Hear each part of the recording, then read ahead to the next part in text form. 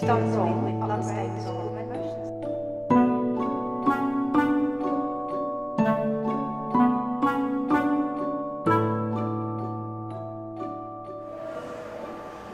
14.5 years ago, but yesterday I actually got in the bed and got underneath the covers. I had to make it, because when I make the bed, I have to make the bed and then I get underneath and then snuggle and then throw the covers over. Otherwise it would look too contrived, it looks too fake. But this is real. My body was in this bed yesterday. At the end, the aesthetic aspects have to be really important. If it was done wrong, or if it was installed wrong, I couldn't cope with it.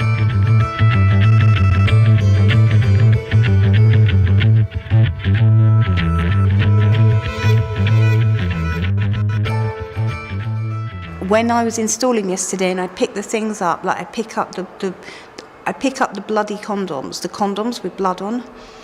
I haven't had sex for years. I haven't used condoms for years. Haven't seen a condom for years. Haven't had a period for years. There's contraceptive pills there, vodka, cigarettes. I haven't smoked for 10 years.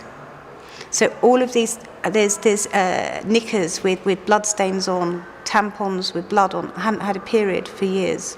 So all of these things that I'm looking at are all my past that's never, ever, ever coming back. So when I'm installing it, the emotions and the things that I'm going through are nothing to do with installing an artwork. I really cut off and linked into my past quite heavily. And especially when I got in the bed just then, I could smell it. I could still smell the same smell from when I was last in that bed asleep in it. So it's quite a strange thing.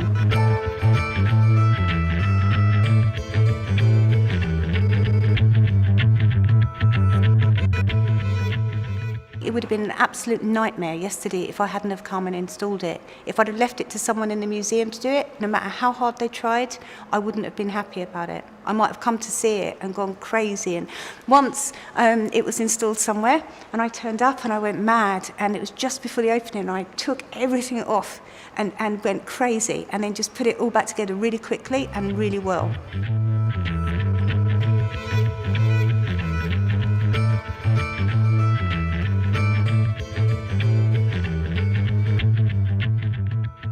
Even if I was born 100 years ago, I'd still be making the same work. I'm not coming from a contemporary tradition. I'm coming from, I'm Van Gogh. I'm Egon Schiele, I'm Edvard Munch. I'm working with my emotions. I'm not working with controversial contemporary ideas of openness, or real-time TV or Facebook or anything. I'm not remotely interested in that at all. I like writing letters and reading books.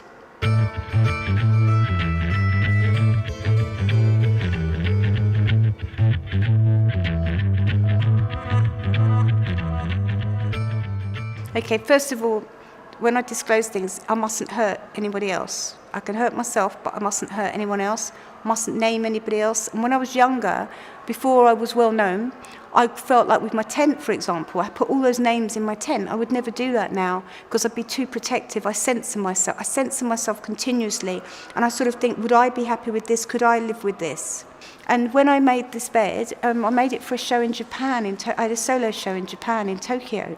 No one knows who I am in Tokyo. And even if they knew my name, they didn't know me. So it was in a really different context that I showed it in. Everything is about context. I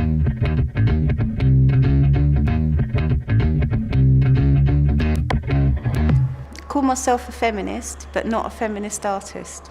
All women have to be feminists.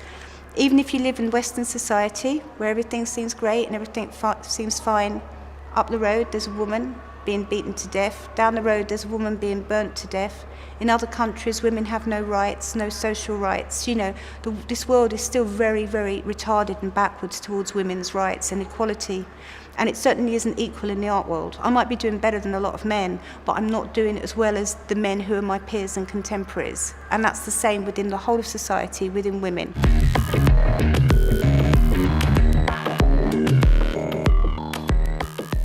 There wasn't much that I could do. Art was somehow, I could draw, or not draw, but I was talented, creative. So I managed to get into art school. So that was a long time ago. So I left art school in my degree in 1986. So I've been doing it a long time. And professionally, 20 years, I've been making a living as an artist.